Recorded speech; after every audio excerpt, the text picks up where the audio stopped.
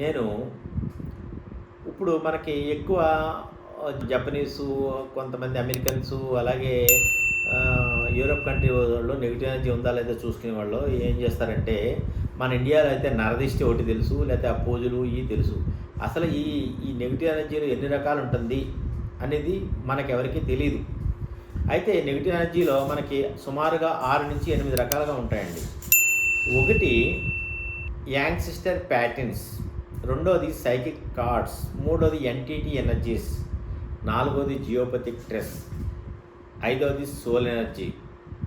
దీన్ని మేము మా హీలర్స్ కార్డ్స్ అంటాం, బ్లాక్ కార్డ్స్, వైట్ కార్డ్స్ అంటాం. ఆరోది ఎలాగంటే, ఇప్పుడు ఫర్ ఎగ్జాంపుల్ యాంగ్సిస్టర్ ప్యాటర్న్స్ ఉందనుకోండి. యాంగ్సిస్టర్ ప్యాటర్న్స్ అంటే మన పూర్వీకులు చనిపోయిన వాళ్ళ యొక్క ఆత్మలు, ఆ యొక్క ఎనర్జీ కనుక పరమాత్మలో కలవగలిగినప్పుడు, భూమి మీద ఉన్నప్పుడు, అది కనుక మన ఇంట్లో కనుక ఫోటో కనుక ఉన్నట్లయితే, ఫోటో నుంచి నెగిటివ్ ఎనర్జీ అనేది మన ఇంట్లోకి ప్రసారం చేస్తూ ఉంటుంది. అది అయితే ఆ ఎనర్జీ వచ్చినప్పుడు ఇంట్లో కొబ్బరికాయ నిలబడుతుంది. ఇలాగ 90 డిగ్రీలు ఇలా పట్టుకున్నప్పుడు కొబ్బరికాయ ఇలాగ ఆటోమేటిక్గా నిలబడుతుంది. అలాగే ఈ కాపర్ రాడ్ రెండూ కూడా అంటే దాని వరవడిని బట్టి, వరవడి తక్కువగా ఉంటే ఇలా రెండుగా విడిపోతుంది, లేదంటే ఇంటికి దిగుతుంది. అంటే అది యాంగ్సిస్టర్ ప్యాటర్న్ యొక్క ఎనర్జీ. అలాగే ఎన్టీటీ ఎనర్జీస్ అంటే ఏమిటి? ఎన్టీటీ ఎనర్జీస్ అంటే మనకి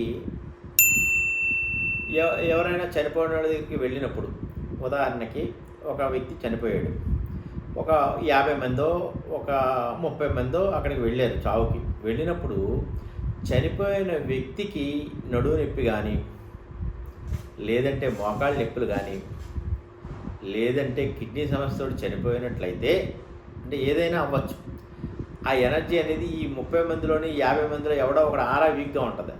ఆ బాడీలోకి ఎంటర్ అవుద్ది ఎనర్జీ. ఎంటర్ అయ్యి సేమ్ ప్రాబ్లం రిపీట్ అవుద్ది. దాన్ని ఎన్టీటీ ఎనర్జీస్ అంటారు.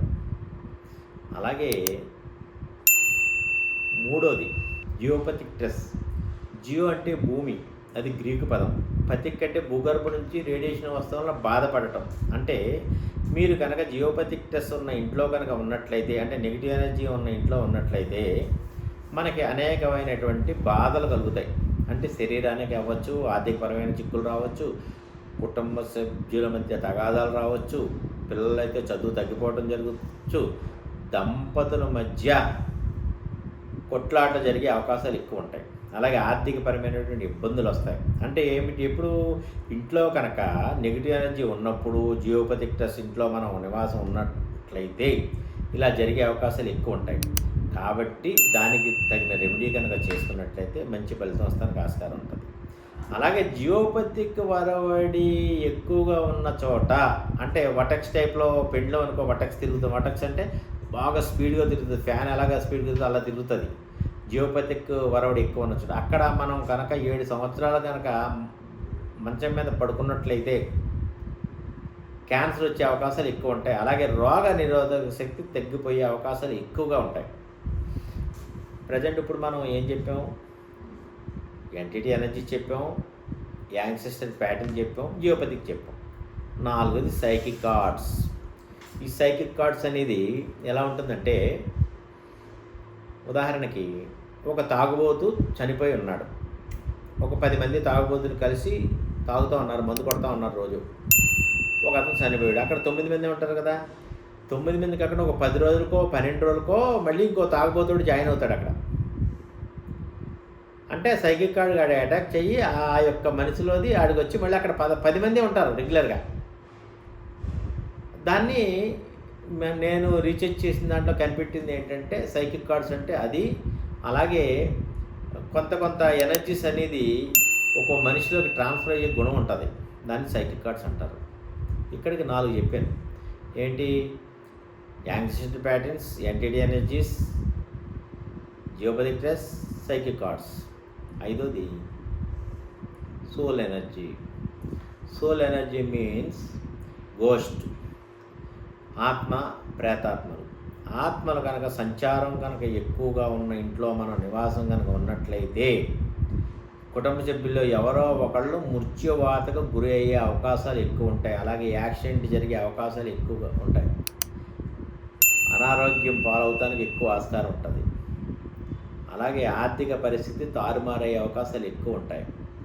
కాబట్టి ఇంట్లో ఆత్మలు కానీ, ప్రేతాత్మలు కానీ, గోస్ట్ కానీ ఏమన్నా ఉన్నట్లయితే దాన్ని బయటికి పంపుకునే విధానం నెక్స్ట్ ఎపిసోడ్లో నేను చెప్తాం జరుగుతుంది. ఆ రెమెడీ చేసుకోండి, సరిపోతుంది. ఇక్కడికి మీకు 4 చెప్పా. ఐదోది సోల్ ఎనర్జీ గురించి కూడా ఇప్పుడు చెప్తాం జరిగింది. 6వది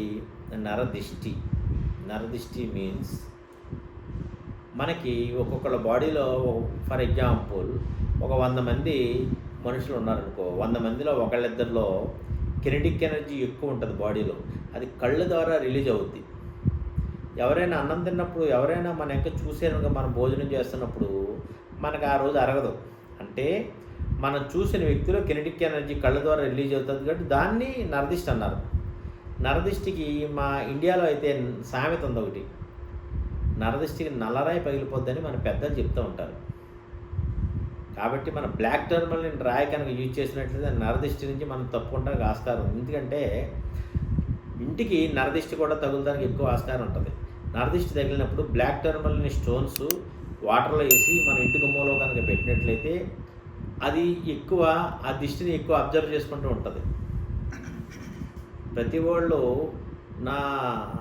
నేను రెమెడీ చెప్తాను, రెమెడీ ఫాలో అవ్వండి, మీ అందరికీ మంచి జరుగుతానికి ఎక్కువ ఆస్కారం ఉంది. నమస్కారం.